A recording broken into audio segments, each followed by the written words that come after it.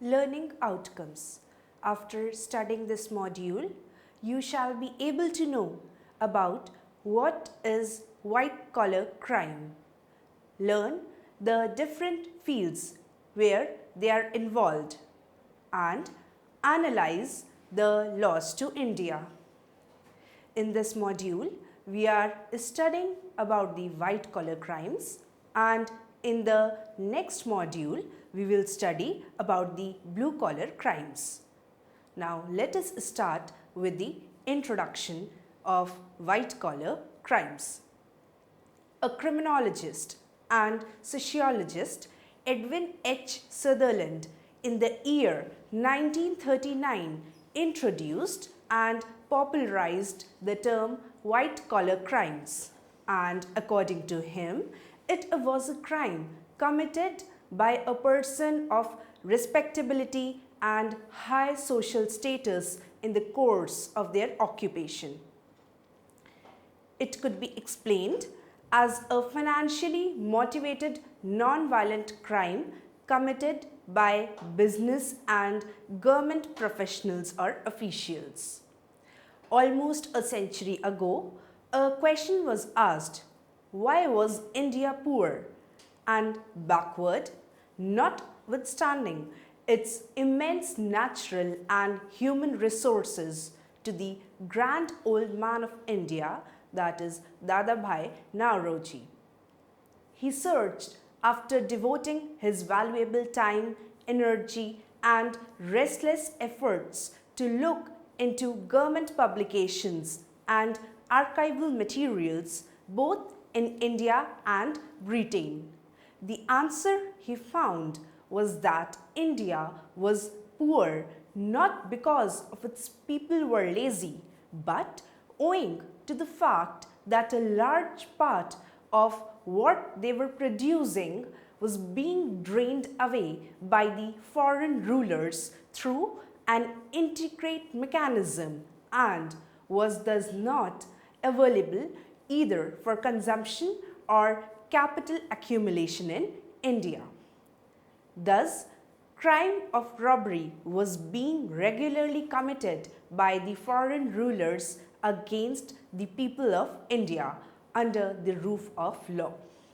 In today's scenario, it has taken a wider role in every area of business, such as the Commonwealth Games, cricket, Colgate and Waapam, etc. Motive of the people involved in such types of crime is only one thing, that is the money. These professionals are protected by loopholes present in the judiciary and getting support from the government indirectly. The only question is why the government is hostile in such cases, because theft is theft either of 1 rupee or uncountable money. Now, we will study what actually are white-collar crimes. Within criminology, it was first defined by sociologist Edwin Sutherland in the year 1939 as a crime committed by a person of respectability and high social status in the course of his occupation. The various types of white-collar crimes include cyber crimes, forgery, copyright infringement, insider trading, money laundering, etc. Now, the white-collar crimes in legal profession. With the increasing commercial relationship among the corporates, the insurance and the banking agencies, the nature of the capitalist economy started becoming complex with time. Thus, the ever-growing complexities paved way for the typical legal convolutions related to property rights and other matters pertaining to the legal field, and gave birth to a new class of professionals of advocates who, in the name of providing justice, started abetting in the wrong and thereby pursued their own narrow interest. These group of advocates forgot the holy oath of serving the society and started searching for the legal loopholes and focused mainly on helping the rich entrepreneurs to grow richer. Hence, extensive studies were carried out by these persons just to save themselves and the other rich corporate professionals from tax evasion. Therefore, only the illegal means involved in tax evasion gets sorted out. There are very frequent instances of unscrupulous and unethical practices like that of fabricating false evidence, engaging professional witnesses, and thereby violating the ethical standards of legal profession, and dilatory tactics in collusion with the ministerial staff of the courts. Now we will study about the white collar crimes in the field of engineering. Today, engineers are also involved in white collar crimes. We often find cases of illegal dealings with suppliers, contractors, the passing of substandard works and maintenance of bogus reports of the labor works. They financially earn more for their low grade from the contractors and then they can earn for the genuine work. Therefore, many of them, out of the greed of earning more and more money, played dangerously with thousands of lives of the individuals. The best example of this type of crime is the collapsing of the footover bridge, that is 12 days before the opening of the Commonwealth Games in 2010. Now, white collar crimes in the medical field. In India, the white collar crimes are so widespread that it does not confine itself in the legal areas only. Similar unfortunate instances can be drawn from other professions too, and like that of the medical practitioners, the engineers, the educationists, businessmen, politicians, and the list goes on. In the medical field, the doctors are very often involved in the issuance of false certificates, selling out samples of medicines and drugs and even adulterated drugs, and carrying out illegitimate abortions. Dilatory tactics are often adopted by them in providing treatment to their patients with a menswear to extract huge amount of money, no matter the person has good practice. In the very famous Nithari case, the peak level of brutal character was shown by the medical professionals who proved that how much they can reach just for making money. Misleading and fake advertisements claiming absolute care is also one of the frequent malpractices being carried out in the medical profession. The problem lies in the fact that they often escape punishment since they cannot be said to have violated the letter of law, but by violating the spirit of law, they commit crimes which are truly antisocial and creates enormous damage to the public health and safety at large.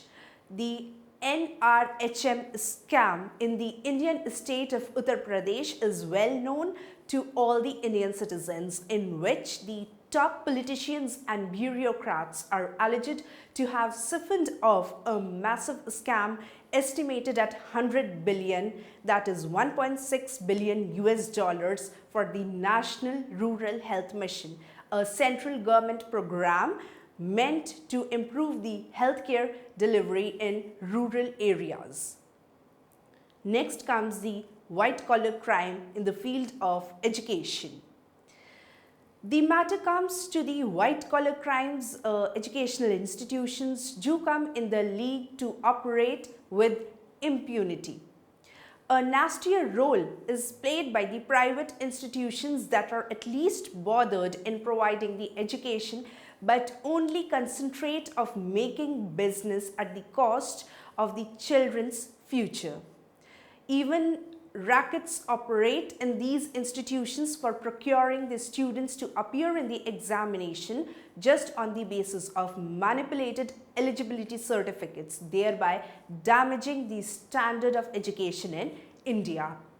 When it comes to the governmental institutions, the teachers and the staffs of the institutions are often found to be involved in unscrupulous practices, since they can hardly make fortune from the inadequate salary they receive from the government. Teachers often drag the students for taking private tuitions and even go to the extent of blackmailing them for ruining their future if they deny doing so. Next, the white-collar crimes in the corporate field. According to research, it was observed that only a handful instances of white-collar crimes are expected in day-to-day life by a certain number of people in the course of their profession. The major role in committing the white-collar crimes are played by the business tycoons and politicians whose greed and wants are never satisfied from what they earn. By the time it increases in more and more.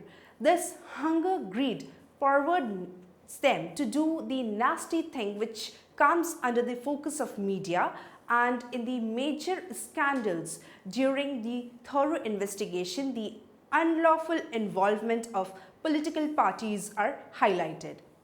So far as the businessmen are concerned, their acts of white-collar crimes go beyond the code. They are termed as the corporate criminals, who more often than not are involved in the illegal contracts, combination and conspiracies of trade restraints, unfair labor practices, selling of the adulterated foods and drugs, bribing of the public officials, and so on and so forth. They take advantage of the corporate wheel and indulge in a number of crimes. Last but not the least, the white-collar crimes, which are universal. Masterminds, or when the work is totally planned and carried out in such a manner that nobody can point the finger, it means it is highly technological and advanced frauds which can be later found out as big scams. These scams evoke serious concerns and impact to the national security and governance. Violation of the foreign exchange regulations and import and export laws are frequently resorted for the sake of huge profits. Now we will study about the white-collar frauds or crimes in Indian scenario at the world level. 2010 to 2011, the annual Global Fraud Survey report of Kroll conducted by Economist Intelligence Unit gives the expected results. Fraud continues to be a big problem worldwide and more so in India. Of the companies surveyed globally, 75% reported experiencing fraud during the year. Though the figure has reduced in comparison to the previous year's 88%, the situation is still dismal. In India, the situation is disastrous, with 84% organizations reporting that they suffered from fraud during the year. It is a wake-up call for India, as it is ranked second worldwide after Africa and shares the position with China. Next comes the loss to India just because of the white-collar crimes. And finally, in the last, what happens due to the white-collar crimes? It is the only loss. The estimated figure given in the report is that the globally organizations suffered is 2.1% loss due to fraud. But for India, the percentage is higher. It is 2.4%. According to the report, further analysis says that 18% of the companies reported an earning of loss more than 4%. All of these companies are reporting corruption, bribery, money laundering, and regulatory breaches frequently. This is all due to the lack of fraud prevention and investigation measures. Mostly Indian companies are working on an old pattern and are ill prepared to fight the fraud and corruption. That's why they need to train and focus on fraud investigation measures and appoint the fraud investigating agencies or the forensic investigators in their companies or as a part of the risk management team. Several corruptions in India has been reported during the last 10 years. The 2G telecom scam, Adarsh Society scam, Commonwealth Games fraud, Vyapam scam, NHRM scam, and various land scams has ruined the Indian reputation within India and abroad. It means that India getting a negative impact worldwide, that everything is possible by money, through the money, and watch the game. These years are the black days for India and record in the history. Huge investments are planned to improve the infrastructure, but the greed of the persons are never satisfied. The government and the private sector post-independence never had it so good. With liberalization, foreign investment flows increased. The sudden spurt in economy also resulted in higher greed and corruption soared. The cases showed how the senior level politicians and the business heads who were much revered and respected compromised their ethics. As per the report, 78% of the Indian organizations have stated that they are highly or moderately vulnerable to corruption. Next, we will study about the misconceptions about white-collar crimes. Psychology today has made a short column on 4 major myths that are widely when it comes to white-collar crimes, usually described as an illegal act committed for the financial gain. Since the white-collar crimes are usually characterized as the non-violent type of crimes, many are prone to this myth. But criminals in general have a sense of entitlement and need for control. You may be thinking of famous Ponzi schemers like Bernie Madoff or Alan Stanford here, but white-collared criminals also depend on poorly paid underlings. The white-collar criminals are otherwise upstanding citizens. About 40% of the white-collar criminals have a record.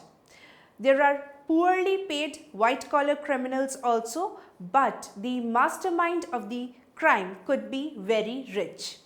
Researchers say that peer pressure, company culture, and pure hubris cause people to commit the white-collar crimes. Now, I will summarize all that we have studied in this module. White-collar crimes is now a worldwide phenomena. This is because the white-collar crimes are symbiotically connected with capitalism, which may have some elements of socialism, and with it can go by some other name also. Before the rise of the capitalism as a dominant socio-economic formation, such crimes seen are very seldom. With capitalism becoming a global system, these crimes have proliferated and their ramifications have assumed the international proportions. Everything in the society, be it media, education, religion, politics, bureaucracy, and so on, is sought to be used by the capitalist for earning maximum profits. In this process, criminality enters into all of them. Scientific and technological revolution, especially in the field of information and education, has made them more sophisticated and intricate and reduced the capacity of any state to detect them and catch the perpetrators. The electronic money has put central banks in a quandary. They cannot stop money laundering and the transfer of money from one part of the globe to other as undetected. With economic liberalization and globalization aided by the revolutionary changes in the sphere of information technology, the incidence of white-collar criminality is bound to increase both in the extent and the intensity. Comptroller Auditor General is showing the way forward. The need of the hour is for our politicians' parties to have the spirit to clean up the mess. The private sector must implement fraud prevention measures and focus on the ethics so as to reduce the frauds. Both the sectors have to collaborate so as to minimize the fraud risks in India.